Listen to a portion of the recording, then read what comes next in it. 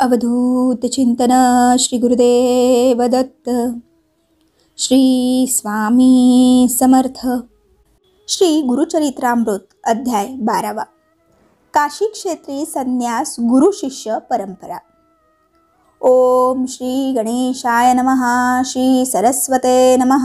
श्री गुरुभ्यो नमः। श्री कुलदेवताय नमः। तर श्रोते हो, सिद्धयोगी नामधारकाला म्हणाले, नरहरीला त्याच्या अंबा मातेने संन्यास न घेण्याविषयी वारंवार विनविले, पण त्याचा काहीही उपयोग झाला नाही। नरहरी तिला समजावीत म्हणाला, माते, तू मला थांबण्याचा आग्रह करीत आहेस, पण शरीर हे क्षणभंगूर आहे, संपत्ती अशाश्वत आहे, मनुष्याला मृत्यू कधी येईल हे सांगता येणार नाही। म्हणून हा देह आहे तोपर्यंत धर्मसंग्रह करावा। माणसाचे केव्हा काय होईल हे सांगता येणार नाही। मनुष्याचे आयुष्य क्षणाक्षणाला कमी होत असते। वृक्षाच्या पानावरील पाण्याच्या थेंबाप्रमाणे हे आयुष्य आहे, कधी गळून पडेल सांगता येणार नाही। समुद्राकडे धावणारी नदी मागे फिरत नाही, त्याप्रमाणे आयुष्य परत मिळत नाही। म्हणून मनुष्याने प्रत्येक क्षण पुण्यकर्माने सार्थकी लावावा। मूर्ख लोकांना हे समजत नाही, ते आयुष्यभर बायका मुले घरदार संपत्ती यातच गुंतून पडतात। ज्याला यम प्रिय आहे त्याने खुशाल संसारात नाहीतर आळसात आयुष्य घालवावे, पण ज्याला आत्मज्ञान हवे असेल, मोक्षमुक्ती मिळवायची असेल, त्याने विलंब न लावता धर्मसाधना करावी। मी तेच करणार आहे, म्हणून तू मला अडवू नकोस।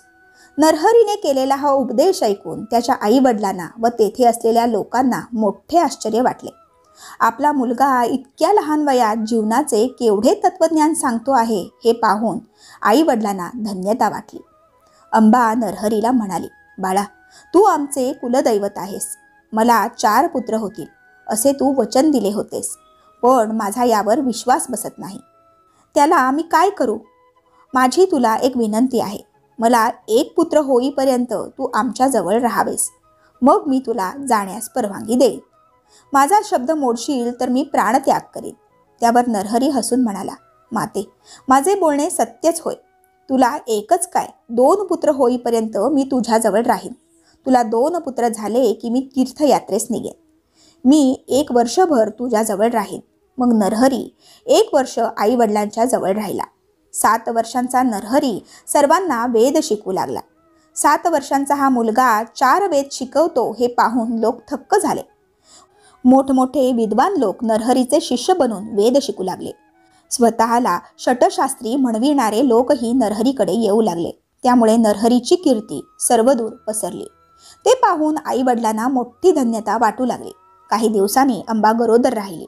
9 मास पूर्ण होताच तिला जुळे पुत्र झाले। नरहरीचा आशीर्वाद खरा ठरला। सद्गुरूचे वचन खोटे कसे ठरेल? पुत्रप्राप्तीने आई वडिलांना अतिशय आनंद झाला। 1 वर्षाची मुदत पूर्ण होताच नरहरी मातेला म्हणाला, माते, तुझी इच्छा पूर्ण झाली आहे। तुझे हे 2ही पुत्र शतायुषी होतील। तुला आणखी 2 पुत्र व 1 कन्या होईल। तुम्हाला कधीही काहीही कमी पडणार नाही। तुम्ही सर्वजण सुखात राहाल। तुमचे पुत्र तुमची आयुष्यभर उत्तम सेवा करतील। तुम्ही माझे स्मरण करताच मी तुम्हाला भेटेन। तुम्ही जन्मोजन्मी शिवाची आराधना केली आहे, त्याची भावभक्तीने प्रदोष पूजा केली आहे। सुख समृद्धी, यश, कीर्ती, इहलोकी सौख्य, परलोकी मोक्षमुक्ती याबरोबरच तुमच्या कुळात सत्पुरुषाचा जन्म हे शिवभक्तीचेच फळ आहे।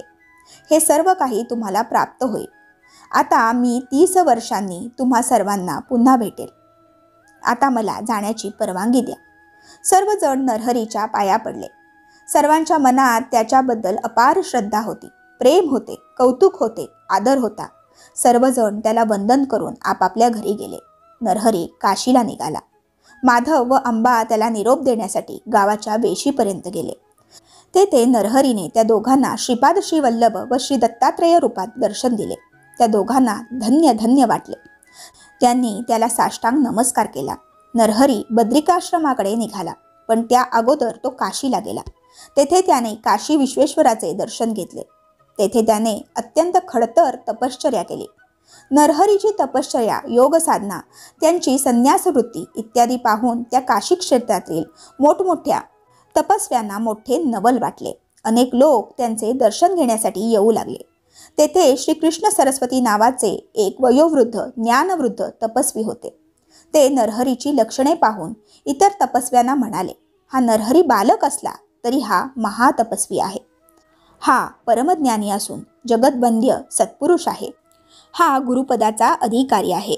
याने संन्यास घेतला तर या कलियुगात लोप पावलेल्या संन्यास धर्माचे पुनरुज्जीवन होईल. हा लोक कल्याण करणारा आहे. याच्या दर्शनाने पतित लोक पावन होतील. याने इतरांना संन्यास दीक्षा दिली तर परमार्थ साधनेत आवश्यक असे बुद्धीचे स्थैर्य प्राप्त होईल. यासाठी याने अगोदर स्वतः संन्यास घ्यावयास हवा, असे कृष्ण सरस्वतीने सांगितले असता सर्व संन्यासी तपस्वी नरहरीला भेटून म्हणाले, या कलियुगात संन्यास घेणे निषिद्ध मानले जाते. हे अत्यंत अयोग्य आहे. पूर्वी शंकराचार्यांनी संन्यास धर्माला प्रतिष्ठा मिळवून दिली होती. तेच कार्य आता तुम्हाला करावे लागणार आहे.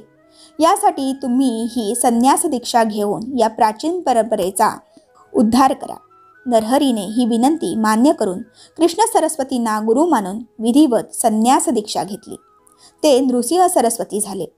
सिद्धमुनींनी असे सांगितले असता नामधारकाने त्यांना विचारले, नरहरी म्हणजे साक्षात त्रैमूर्ती दत्तात्रयांचे अवतार. ते गुरूंचेही गुरु. जगद्गुरु असताना त्यांनी दुसरा गुरु का केला?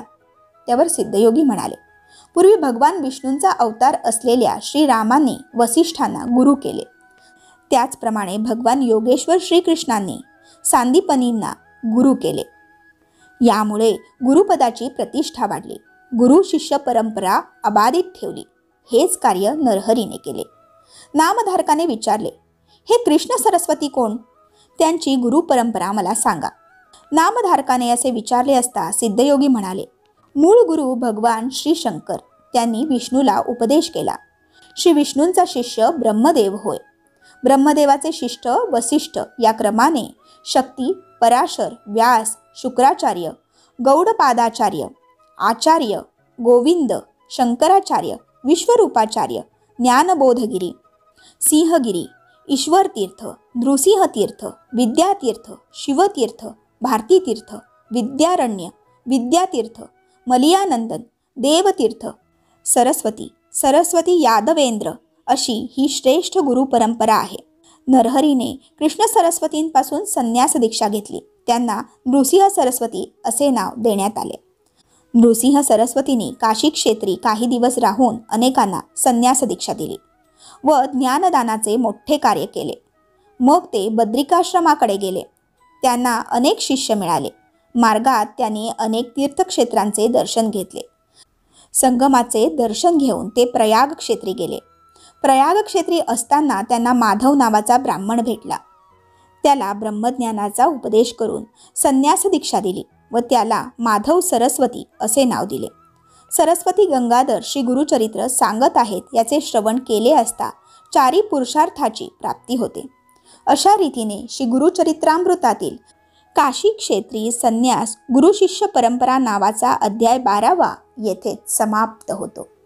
बोला अवधूत चिंतन श्री गुरुदेव दत्त.